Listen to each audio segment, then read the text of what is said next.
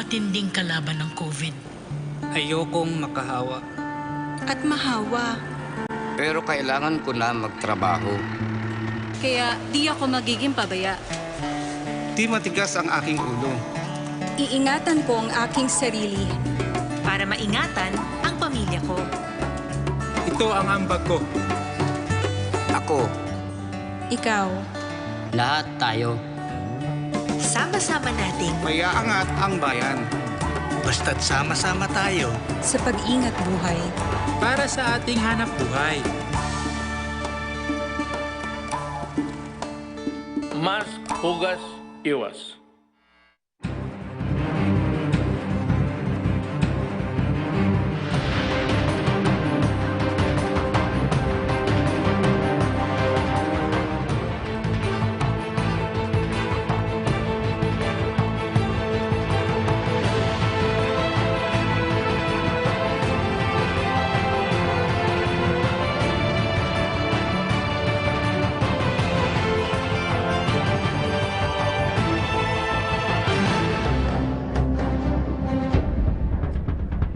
Isang magandang umaga po sa ating lahat. Ngayon ay 12 ng Enero 2021. Muli ay kasama nyo kaming magatid na mga napapanahong balita at impormasyon kaugnay sa COVID-19 at iba pang issue sa ating bansa. Ako po si Secretary Martin Andanar ng PCOO. Magandang umaga, Rocky. Good morning, Secretary Martin. Ngayong araw po ibabahagi rin namin sa inyo ang kwento ng mga Pilipino sa ibang panig ng mundo na nauna na pong nabakunahan laban sa coronavirus. Ako po ang inyong lingkod, Yusek Ignacio ng PCOO. Makibahagi sa usapan, maging maalam dahil kapag tayo'y sama-sama at laging handa, kaya natin ito. Ito po ang public briefing, #LagingHandaPH. Pasadahan na natin ang mga balita. Sinuportahan ng Overseas Filipino Workers o OFW ang Senate Bill number 1949 na inihain ni Senate Committee Chair on Health and Demography, Senador Bongo, na naglalayong maitatag ang Department of Overseas Filipinos. Panoorin po natin ito. Kapit-bisig ang mga overseas Filipino workers mula Asia, Europe, Middle East, North America para ipakita ang kanilang suporta sa kampanya ng grupong United Filipino Global na maitaas ang kamalayan ng mga OFW sa kahalagahan ng isinusulong na Senate Bill number 1949. Ito ang panukalang batas na naglalayong maitatag ang Department of Overseas Filipinos.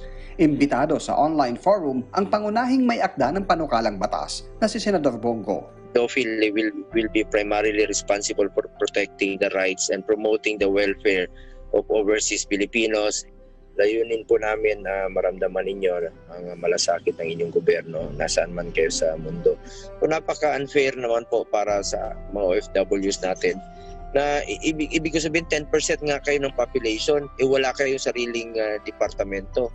Dito, pinaliwanag ni Senador Go ang dinanas ng mga OFW noong kasagsagan ng COVID-19 pandemic, kung saan-saan o kani-kanino na lang sila humihingi ng tulong dahil walang nakatutulong na iisang kagawaran na magtitimon sa aksyon ng gobyerno para sa kanilang kapakanan. Kapag usapang overseas Filipino, isang boses lang po ang dapat nating pakinggan at na magpapagitna po ng lahat.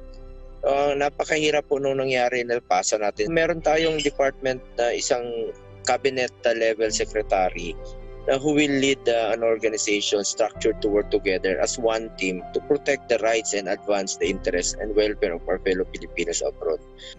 December 14 noong nakaraang taon nang ihain ni Go ang panukalang batas na agad namang sinertipikahan ni Pangulong Rodrigo Duterte bilang urgent at kabilang ito sa mga prioridad na maisabatas ngayong 2021. Inaasahang sa pagbabalik sesyon ng Senado sa Lunes, January 18, matatalakay na ito sa Senado at may kalendaryo na ang mga pagdinig.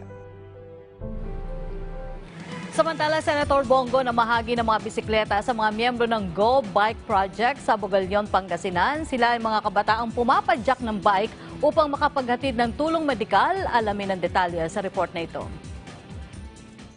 Bisikleta ang pangunahing gamit ng mga kabataang ito sa Bugalyon, Pangasinan sa pagresponde sa medikal na pangangailangan ng kanilang mga kababayan.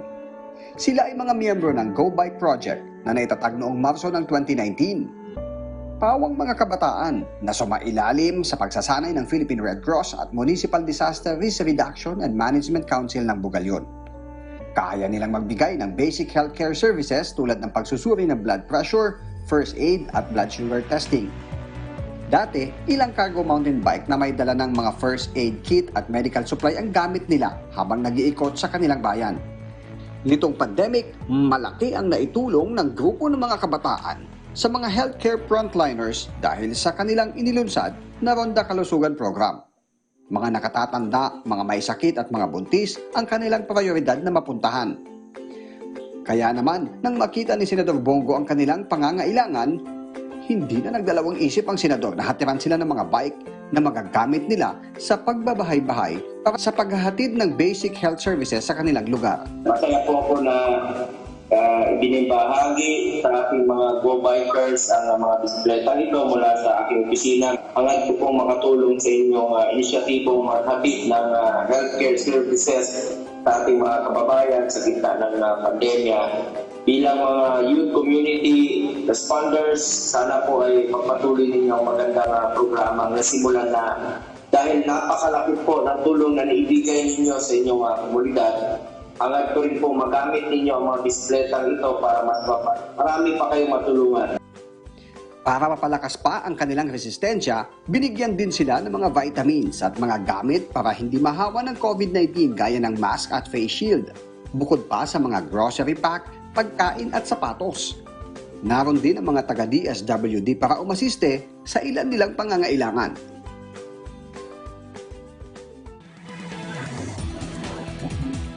Naghatid naman ng tulong ang outreach team ni Senador Bongo sa mga nasalanta ng bagyong Vicky sa Tago, Surigao del Sur. Kaya naman, lubos ang pasasalamat ng mga ito. Panoorin po natin ito. Markado na ang December 18 sa kalendaryo ng senior high school teacher na si Charlie Bungkayaw kada taon.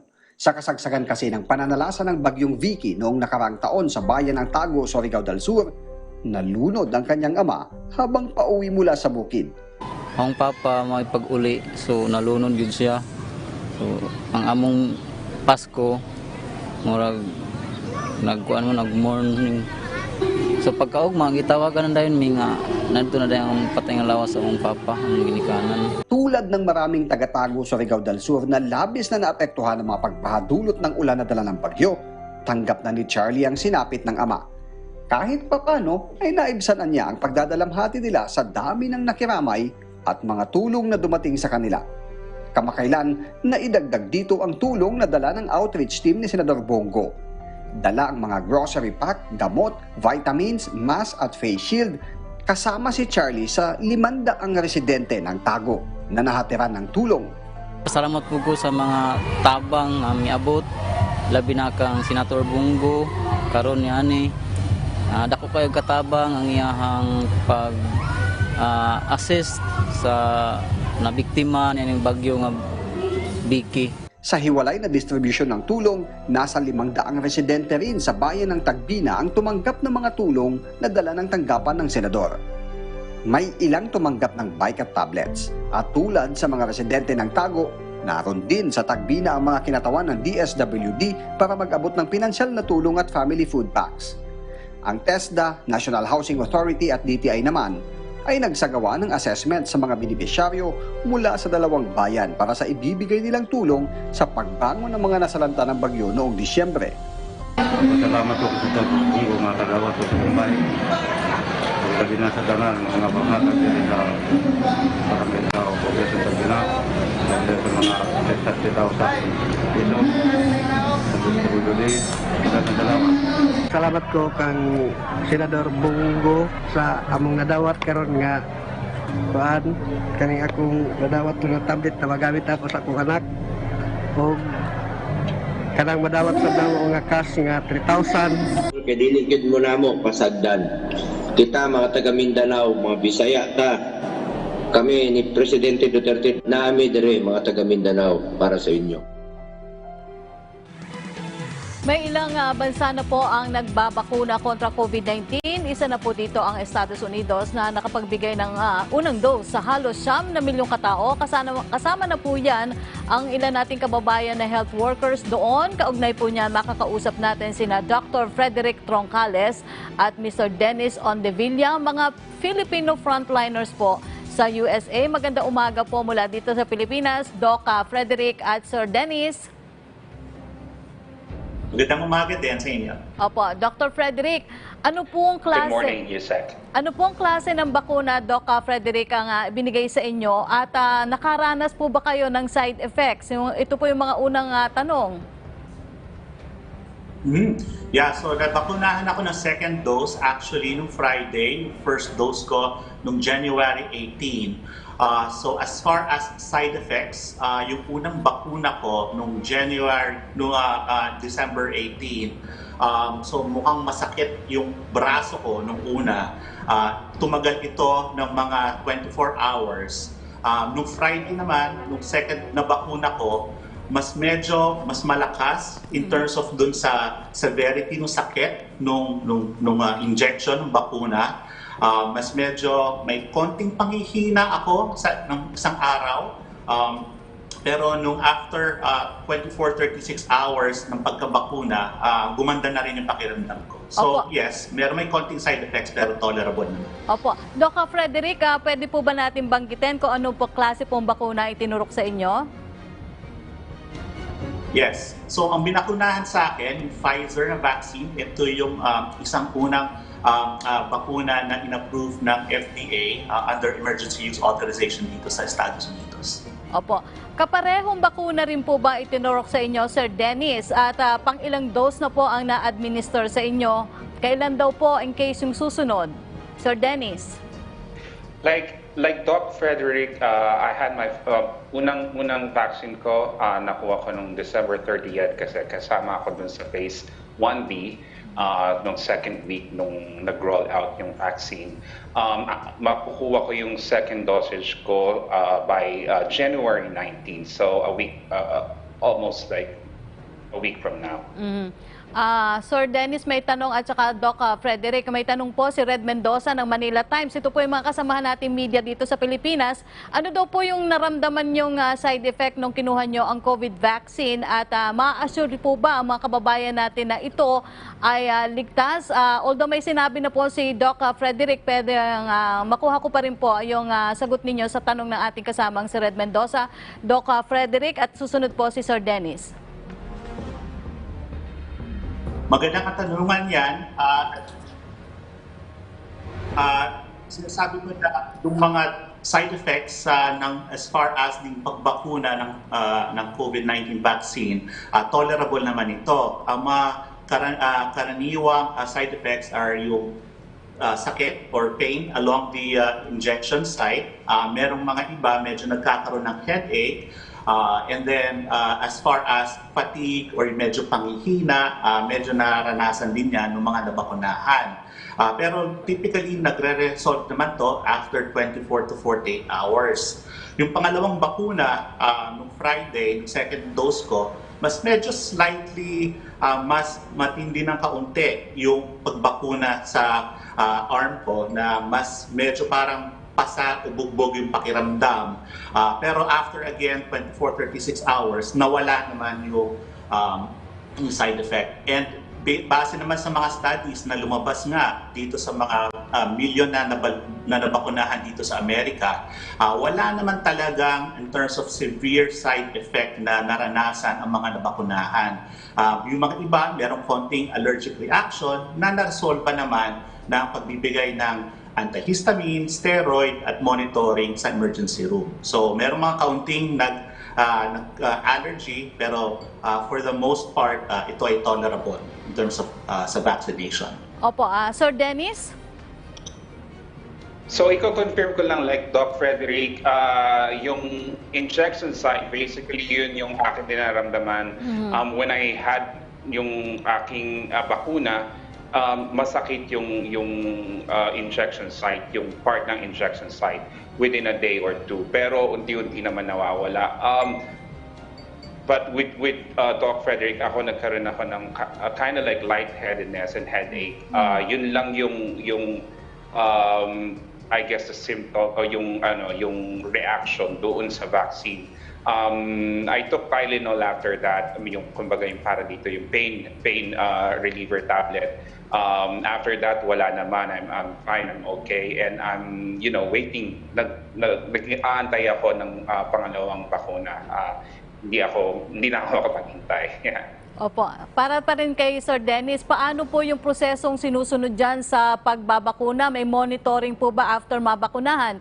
Pwede rin pong tanong to para kay Dr. Frederick. Unahin ko na muna si Sir Dennis. Yes.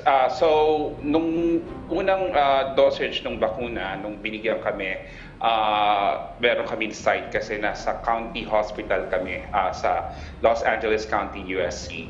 So, with yung mga medical worker na nandoon, 15 minutes pag-stay kayo sa isang lugar ng 15 minutes, definitely may social distancing. Kung meron kang reaction or anything, ipapadala ka sa ibang healthcare worker sa isang unit. Pero kung okay ka na, you can go on your own. Makakaalis ka na, gagawin mo na yung mga dapat mong gawin sa araw na yun. Yun yung proseso. Opo. Sir Dennis, ang alam ko, ikaw ay nagkaroon din ba ng direct contact din sa nagpa-positive na inmate diyan sa inyong lugar? So, paano mo ginagawa ito na talagang hindi ka maapektuhan? Ngayon ba ay naging confident ka dahil naturukan ka na rin ng bakuna? Yung fear mas nawala nung nagturukan ako ng unang dosage ng bakuna. Nung una, syempre, araw-araw, marami kaming mga inmates na dumarating kasi nagtatrabaho ako sa Department of Health Services under Correctional Health ng Correctional Facility ng Los Angeles. Medyo yung takot, yung pangamba nandoon, lalo na kasi hindi lang para sa sarili ko, meron akong kasama yung aking tatay na medyo vulnerable sa COVID na virus. So, yun yung isa sa mga rason kasi nung naka-receive kami ng email na sa yung mga workforce members na pwede na kami magpa-vaccine, nag-opt-in ako, umoo kagad ako, nag-agree ako na magpa-vaccine. Not only para sa sarili ko, para na rin sa protection sa tatay ko. So, yung daily yung pakikisalimuha dun sa mga inmates kasi syempre araw-araw nagre-release planning, yun yung trabaho ko dito, nagbibigay ng mga programa, yung social services, medical and mental health sa mga inmates.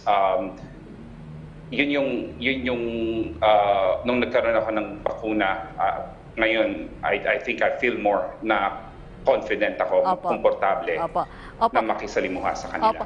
Kay Doc Frederick, paano nyo po minomonitor yung iba pang nabakunahan na ng laban sa COVID-19? At ito po bang mga side effects, normal po ba itong mga ganitong klase?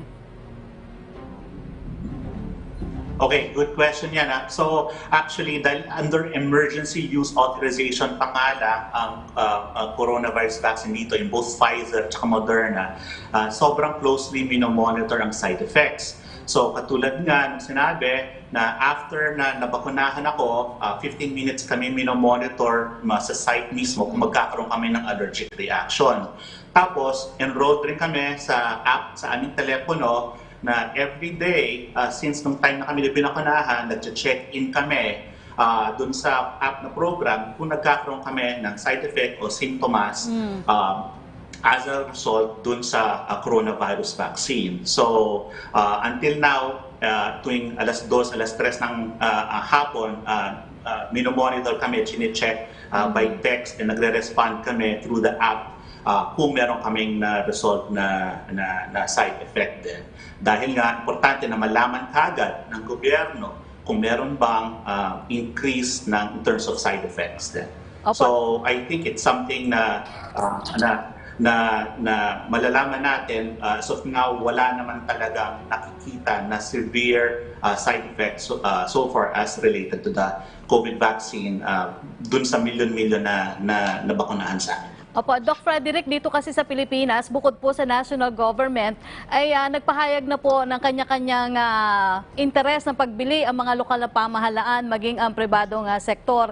Ganyan din po ba sa Amerika? At saan po galing yung bakuna? Sa federal government po ba? O sa state? O sa mismong mga employers?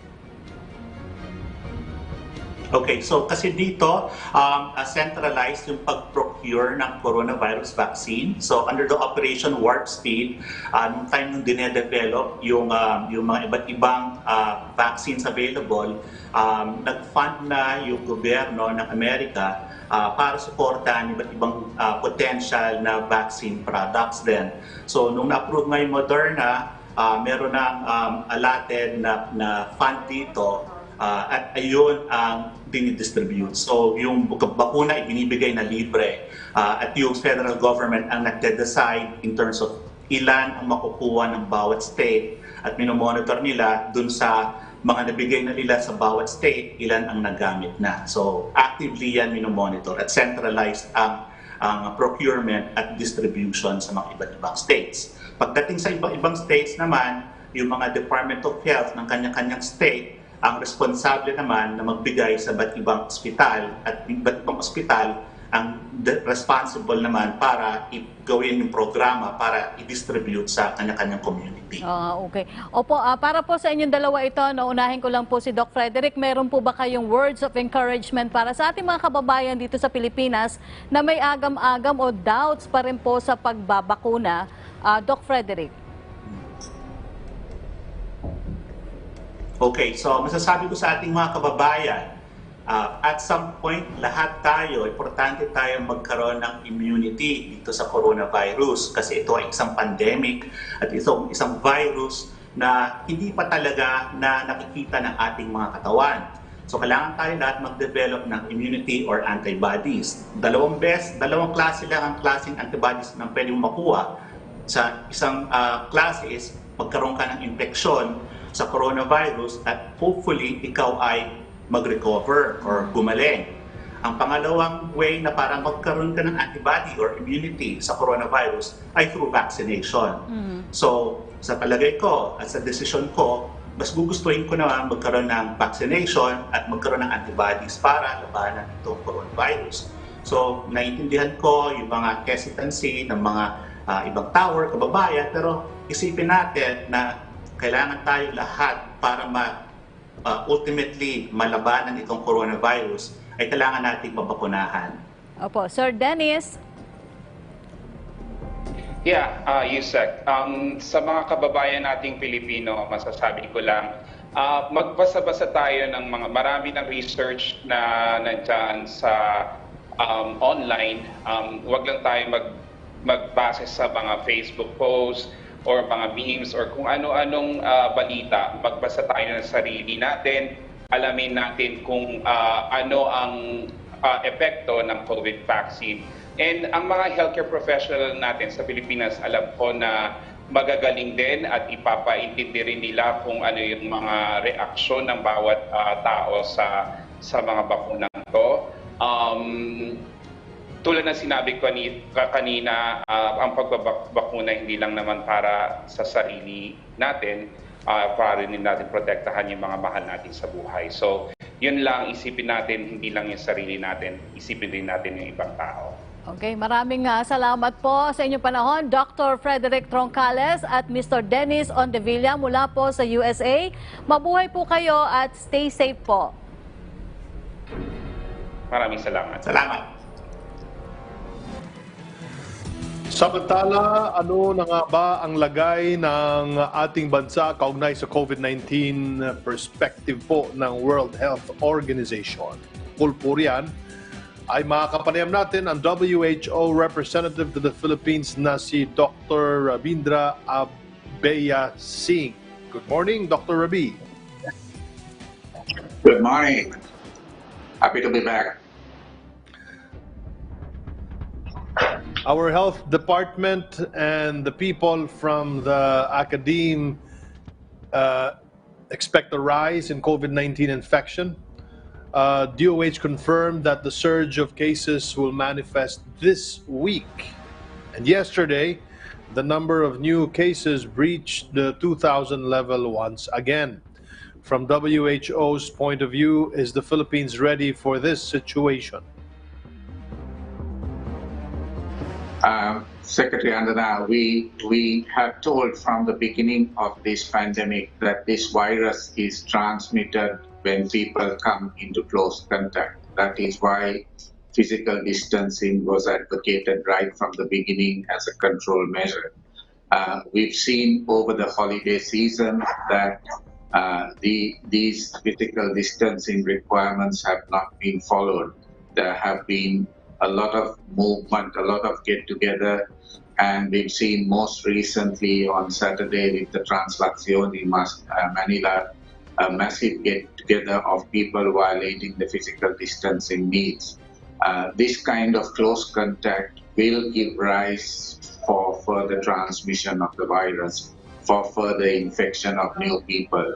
So it is inevitable that the Philippines is going to see an increase of cases. We have been working with the DOH to keep people informed on the need to follow the physical distancing, to follow the key guidelines on wearing face masks, face shields, and hand hygiene to minimize this risk.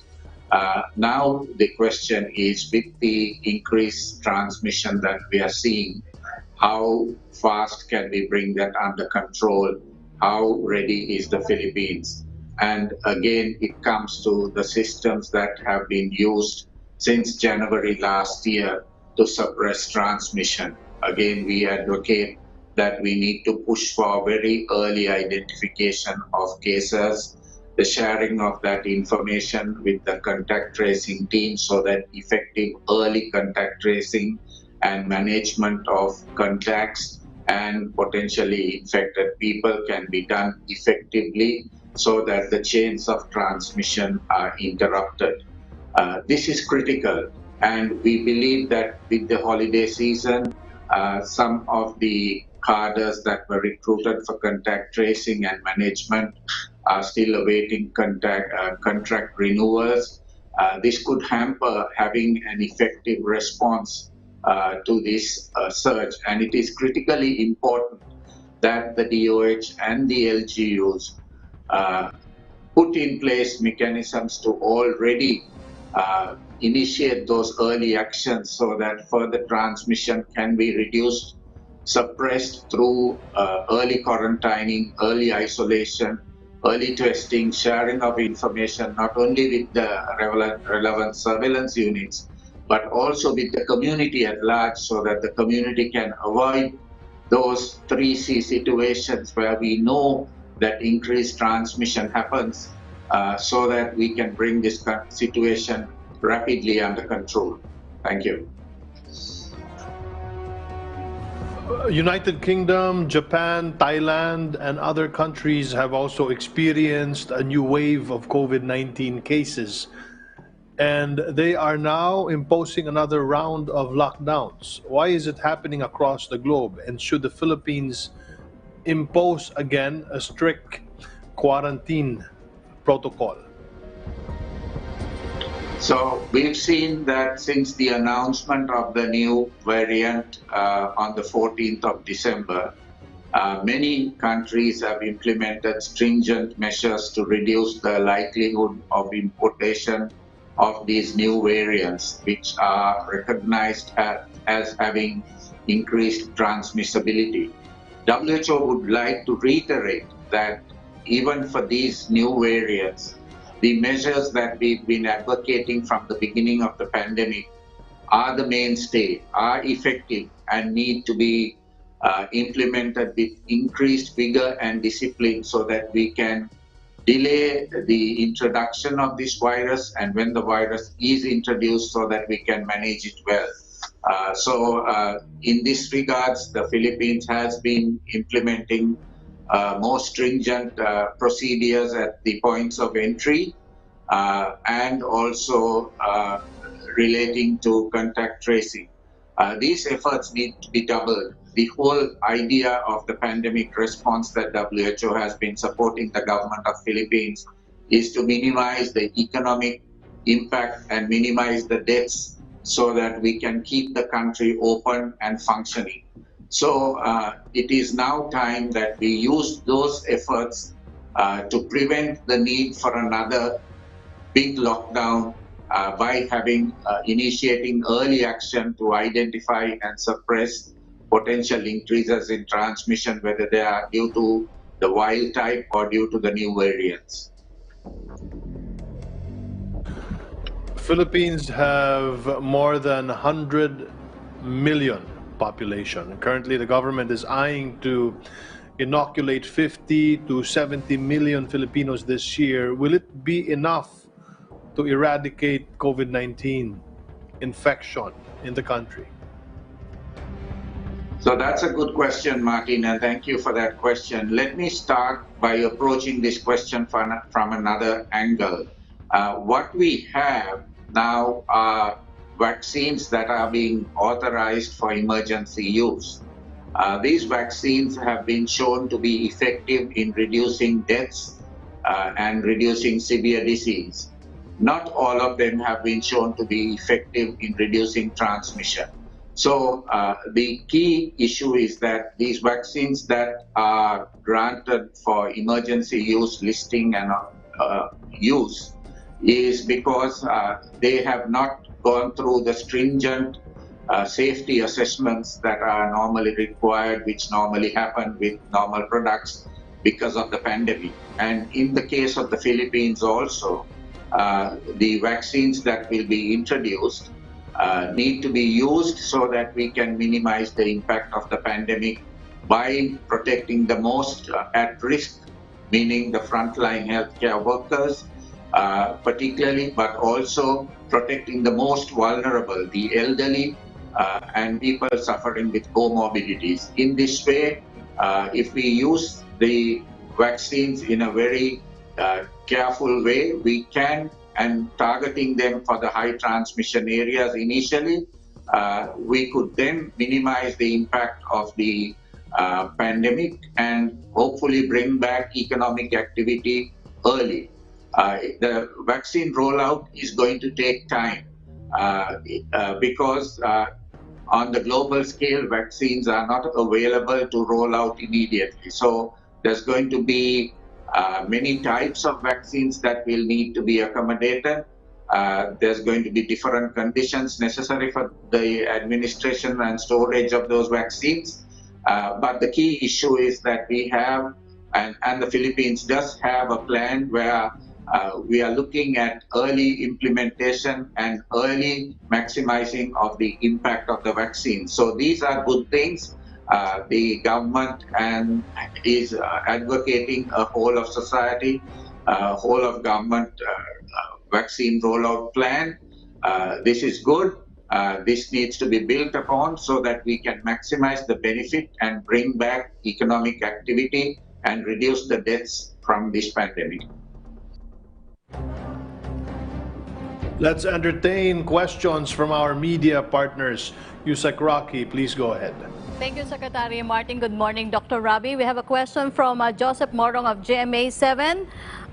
Is it safe to use Sinovac in the Philippines? How about Sinopharm? I would not refer to each of the individual brands of vaccines because many of these vaccines are currently still under evaluation by their national regulatory authorities and by stringent regulatory authorities in countries that are recognized to have these. From a WHO's perspective, we have currently granted emergency use listing only for the Pfizer-BioNTech vaccine. WHO is currently reviewing several other candidate vaccines, including the Sinovac vaccine, and once the emergency use listing is authorized by WHO, we will be in a better position to comment about them. We have a question from Evelyn Quiroz of Filipino Mirror. The World Health Organization is studying the recommendation to exclude children under 16 years old from the COVID-19 vaccination program. Will the results of further studies on the matter be available soon? Thank you, Raki. As I mentioned already, the vaccines are currently cleared for emergency use listing, and the trials did not involve children because of the lower risk of disease in children, but also because of the critical importance of ensuring the vaccines are safe in the first place among adults before they are tried on children. So what we have now is a clearance for the use of vaccines in people above 16 years. As time goes, as global experience increases, it will become clear whether these vaccines can be used for children and whether they are safe and effective. Once we have that evidence, we can consider the option for vaccinating children. But this is a process that is ongoing. We are closely working with the vaccine manufacturers, the academia and the research partners to better understand this. But the key issue is that that is going to take time, and maybe in a few months we will have better evidence to confidently say that these vaccines are safe and effective for children. Okay, another question from Joseph Moro, Dr. Rabi from GMA7. Why can't the WHO grant emergency use authorization for Sinovac or for Sinopharm? Confirm that the relevant dossier was shared with WHO only last week, and so we will need some time for review of the dossier and for site visits, which WHO undertakes. Once this process is completed, WHO will grant, based on it meeting the requirements, will grant emergency use listing for Sinovac if that process is found to be satisfactory. From Red Mendoza of Manila Times, multiple public opinion surveys have shown that Filipinos are still worried about the future vaccination program against COVID. How is the WHO addressing this? Yes, we are very much aware of a Pulse Asia survey which showed that the acceptance for a vaccine, COVID-19 vaccine, is quite low in the Philippines. I'd like to draw attention to the fact that the Pulse Asia survey was conducted at the end of November, before the 2nd of December, and that was the time when we did not have emergency use authorization for any of the COVID vaccines. So that question was asked in a space where nobody knew about the possibility of COVID-19 vaccines becoming available so soon, and about their safety and use in other countries. So we need to revisit this question again. We know that there is vaccine hesitancy in the Philippines. We need to be clear and transparent with the Filipino public that these vaccines are not authorized, given market authorization, because they are still under emergency use listing. And that is why it is necessary for countries to have in place systems to monitor potential side effects and report those. And that is why we have an emergency use listing, and that is why the vaccines are being used advocated for use in places where we need to rapidly bring under control the pandemic. Opo, still from Red Mendoza, almost a year since the Philippines detected its first COVID case. How would the WHO assess the overall response?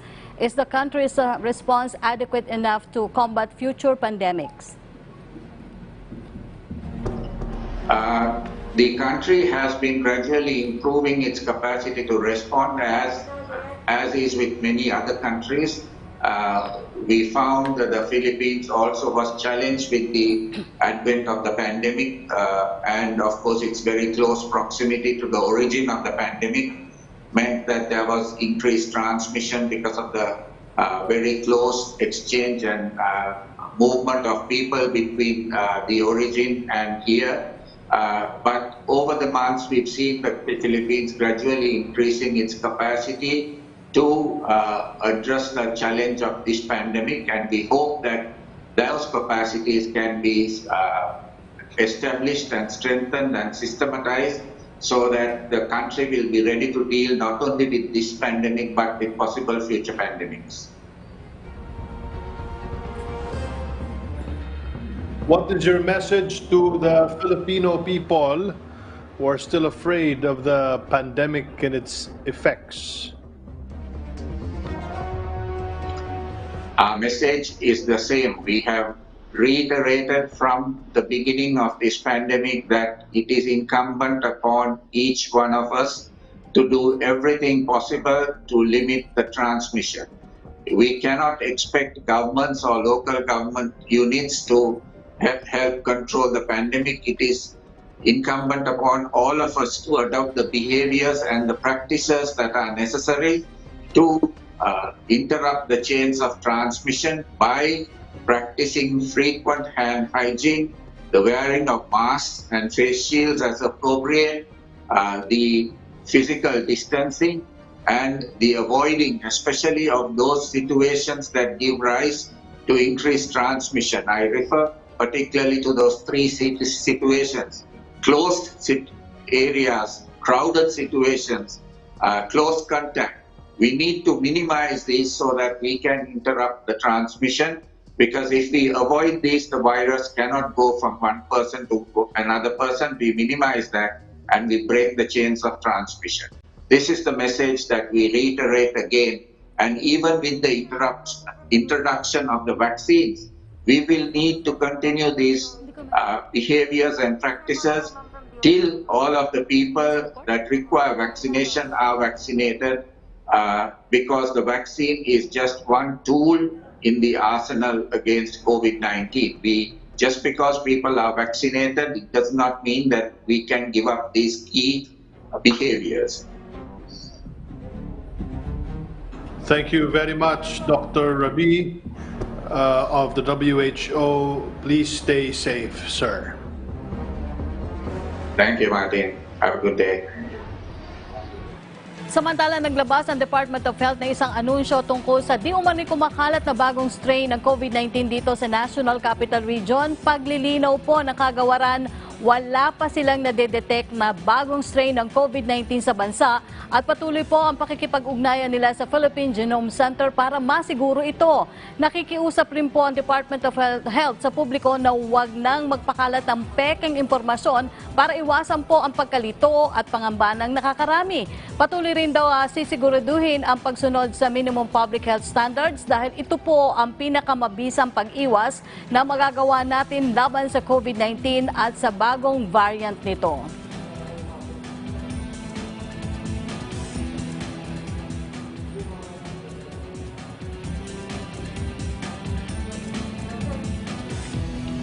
Samantala, kamakailan lamang po ay itinalagang bagong Metro Manila Development Authority Chairman si dating Mandaluyong City Mayor Benjamin Benhar Abalos Jr.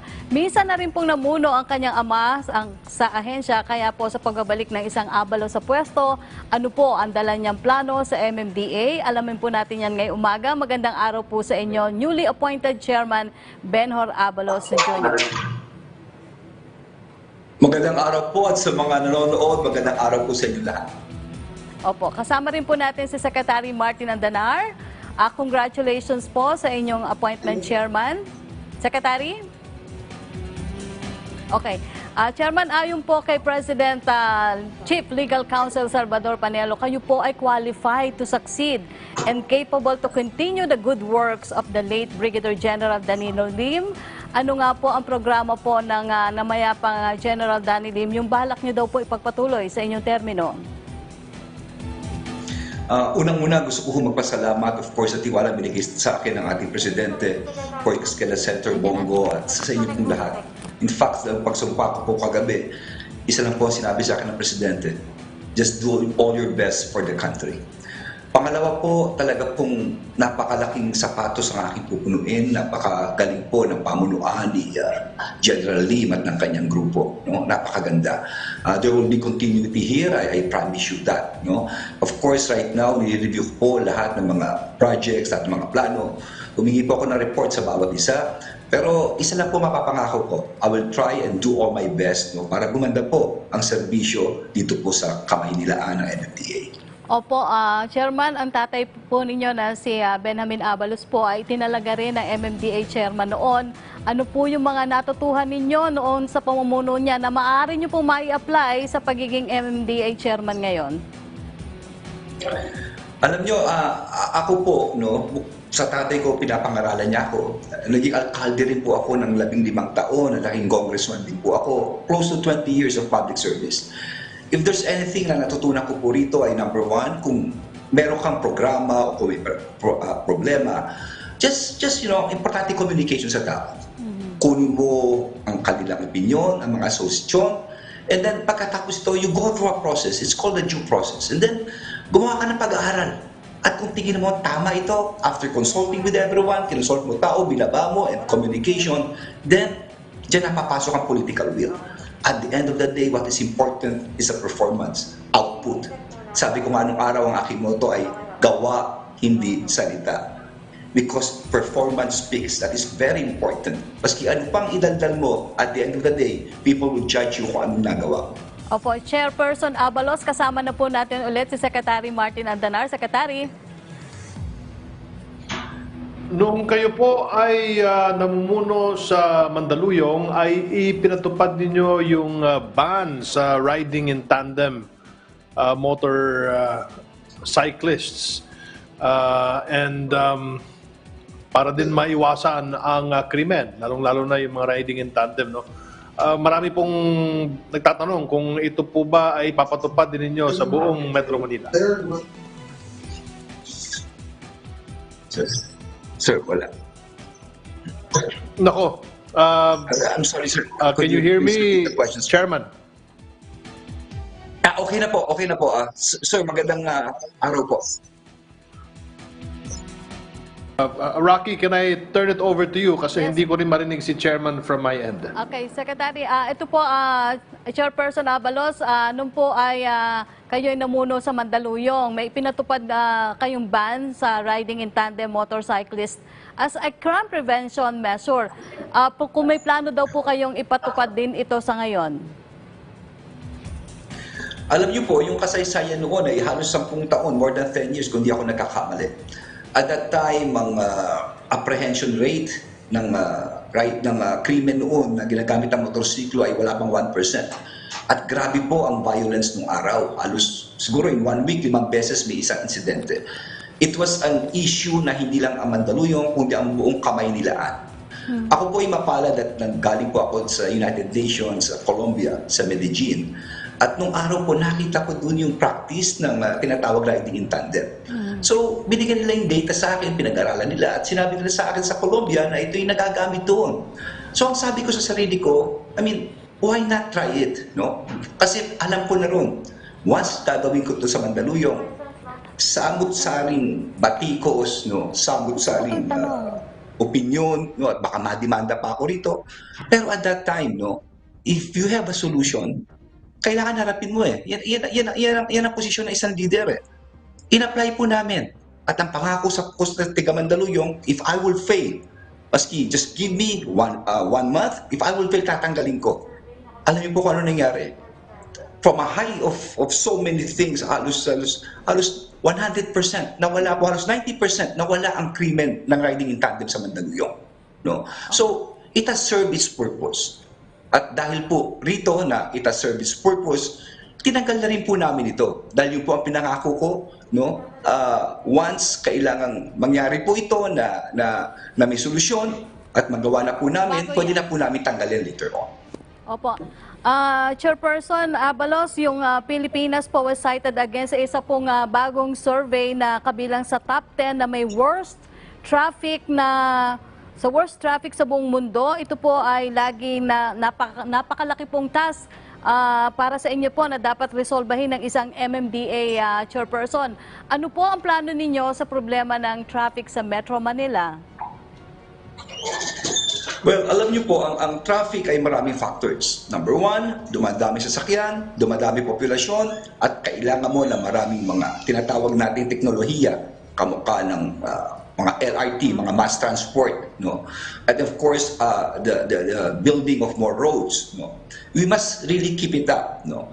Kung kaya't napakapalad ko po naman dahil napaka-competent ng grupo po ng General Lim, ni Chairman Lim, no? Andito po sila GM Jojo Garcia, the whole team po nila, no? Ang sa akin lang, number one, si Mr. Ramon Angpo, ang NLEX at SLEX ay mag-open na po, magdidikit na po yan. Effectively, it could decongest, the very least is about 30% of the whole of EDSA. No? So, we could now focus on the bus lanes. Sa ngayon po, hininga ko po ng report, gusto kong makita kung ano pong performance talaga ng bus lanes, and probably we could just improve on these things. Pangalawa, siguro with the bus lanes, what is important ay yung unang-una yung tinatawag na U-turn slots. So kausap po sila GM at of course, kailangan po namin ng tulong nito ng Department of Transportation because this is their project, kami uma-assist lamang. Ang napakabait pong Secretary Tugade.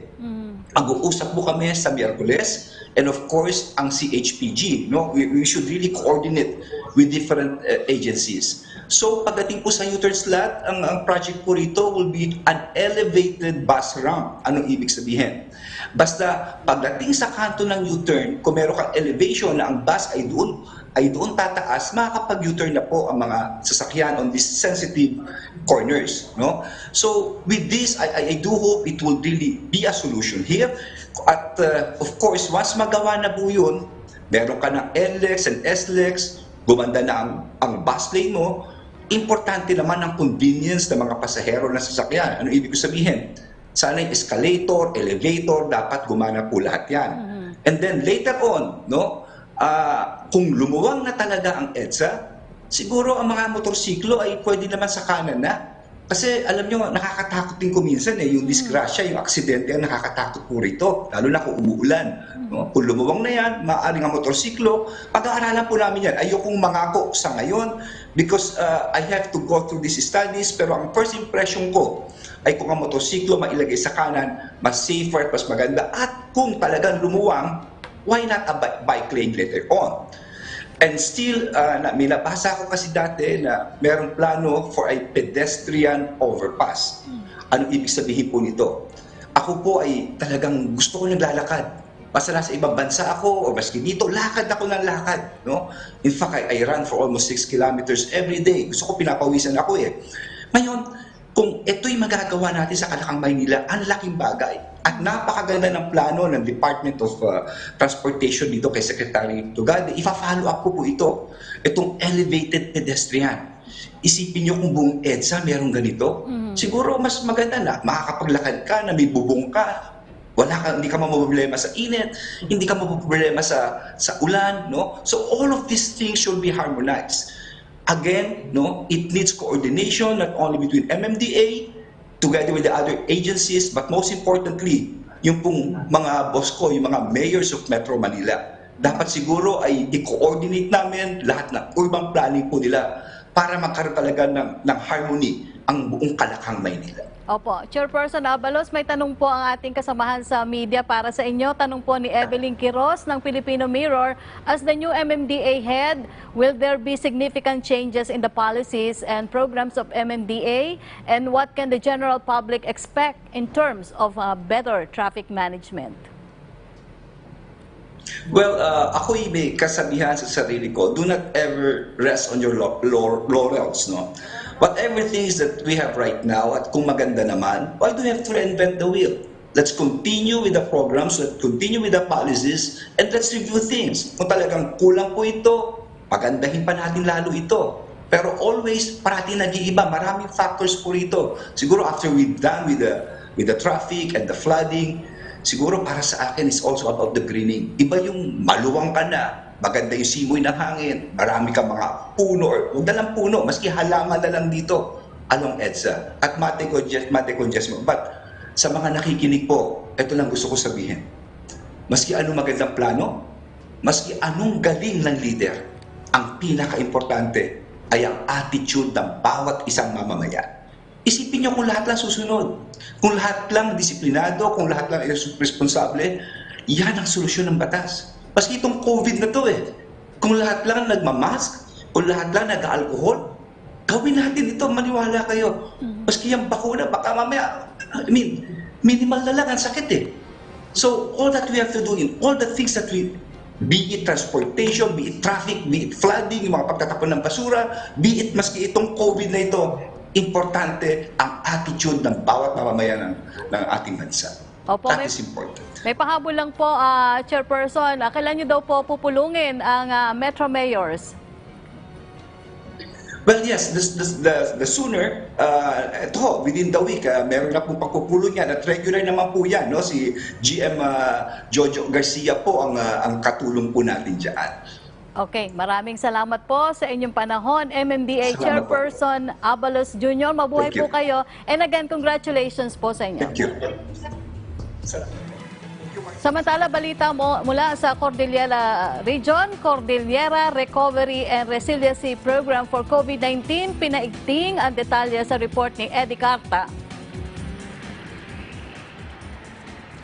Yes, na magabigat na Yusik Rocky, Secretary Martin. Ngayong linggo nga ang nakadakdang pagpupulong at dialogo ng Technical Working Group para sa pagpapaigting ng Regional Recovery Plan at sa muling pagbangon ng Cordillera dulot ng COVID-19 pandemic.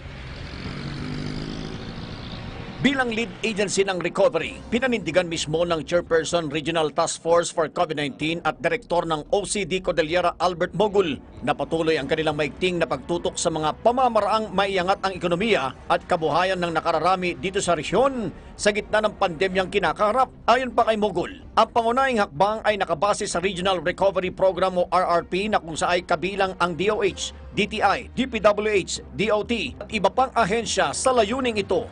Nung mga last quarter ng 2020, meron na pong naka-full swing na nakapag-implement ng project based on the of our RRP. Sa panig ng Regional Development Council Vice Chair at NEDACAR Director Milagros Rimando, social and economic condition ng resyon ang mababantayan ngayong new normal.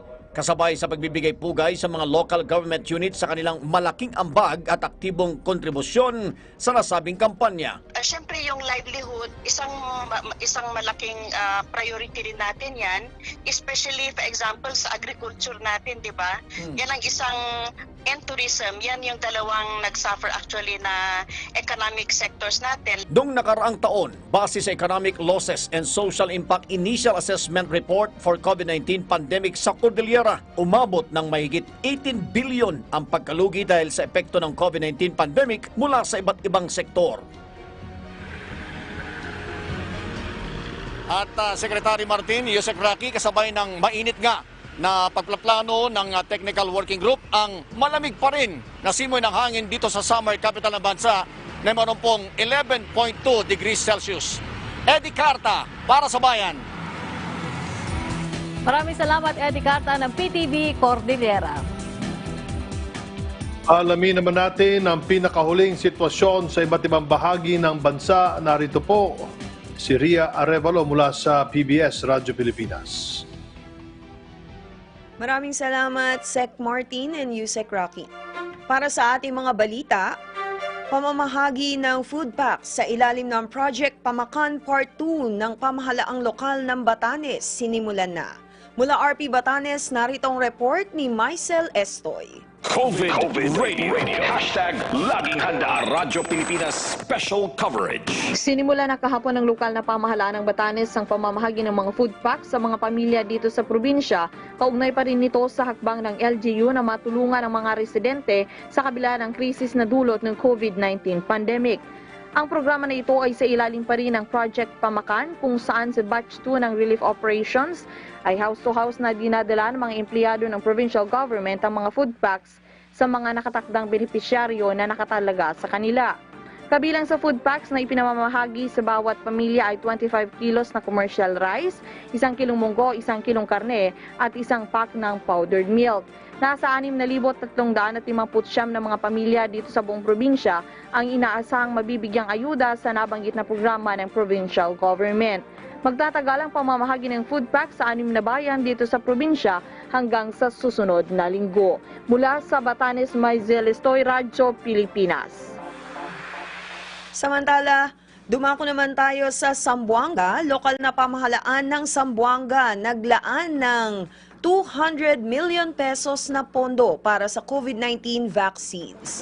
Mula RP Zamboanga, narito ang detalye kay Leslie Cubol. COVID Radio. Hashtag Laging Handa, Radyo Pilipinas Special Coverage. Umabot sa 200 milyong piso ang pauna o inisyal na pondong inilaan ng lokal na pamahalaan ng Zamboanga na pambili ng COVID-19 vaccine mula sa AstraZeneca at iba pang kumpanya. Ang naturang pondo ay bahagi ng vaccination program against COVID-19 ng lungsod na naglalayong mabakunahan ang 205,000 mga residente para sa taong ito. Matatandaan na nilagdaan na ni Mayor Maria Isabel Climaco Salazar kamakailan lang ang multilateral agreement sa AstraZeneca para sa 410,000 doses ng COVID-19 vaccines. Ayon kay Mayor Salazar, may nakalanding 100 million pesos para sa iba pang vaccine brands. Nakatakda namang magkikipagpulong si Mayor Salazar para sa iba pang kumpanya. Isa na rito ang Johnson & Johnson. Napagalaman na ang vaccination program ng lungsod ay naglalayong mabakunahan ang 694,696 na mga residente kung saan ito'y 70% mula sa projected 2021 population ng Zamboanga na 992,423. Desde aquí na di Zamboanga, Leslie Cobulto reporta para na Radyo Pilipinas.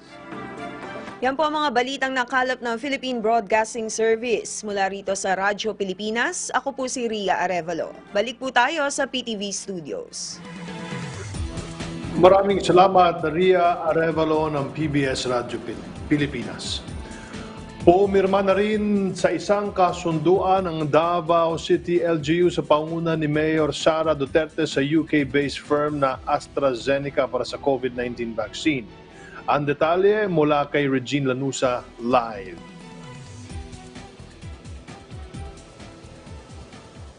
Yes, Secretary Martin, nagkaroon na ng kasunduan ang lokal na pamahalaan ng Davao City at ang kumpanyang AstraZeneca at permado na rin lahat ng kontrata, kaya naman makakabili na ng COVID-19 vaccine ng Davao City sa nasabing kumpanya. Ayon kay Mayor Sara Duterte, buwan ng Oktubre pa ng nagdaang taon ay nagpadala na ng letter of intent ang Davao City LGU sa AstraZeneca na bibili ng bakuna.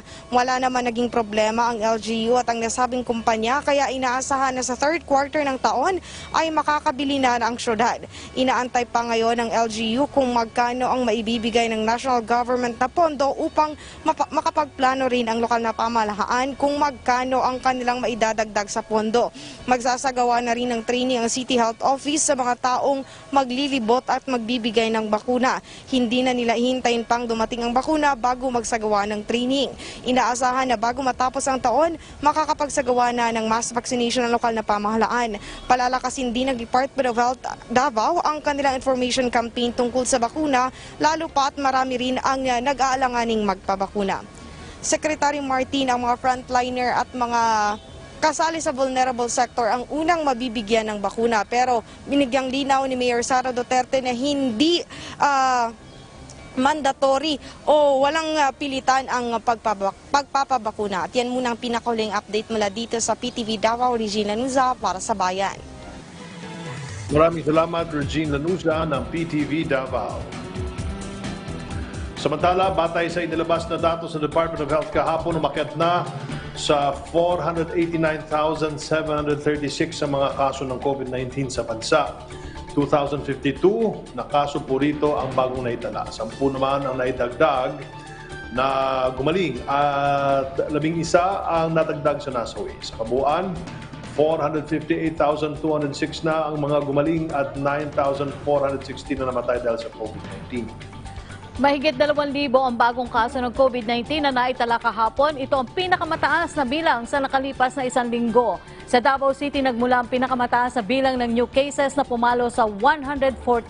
Malaki ang agwat nito sa lungsod ng Quezon na nasa ikalawang pwesto at may 93 new cases.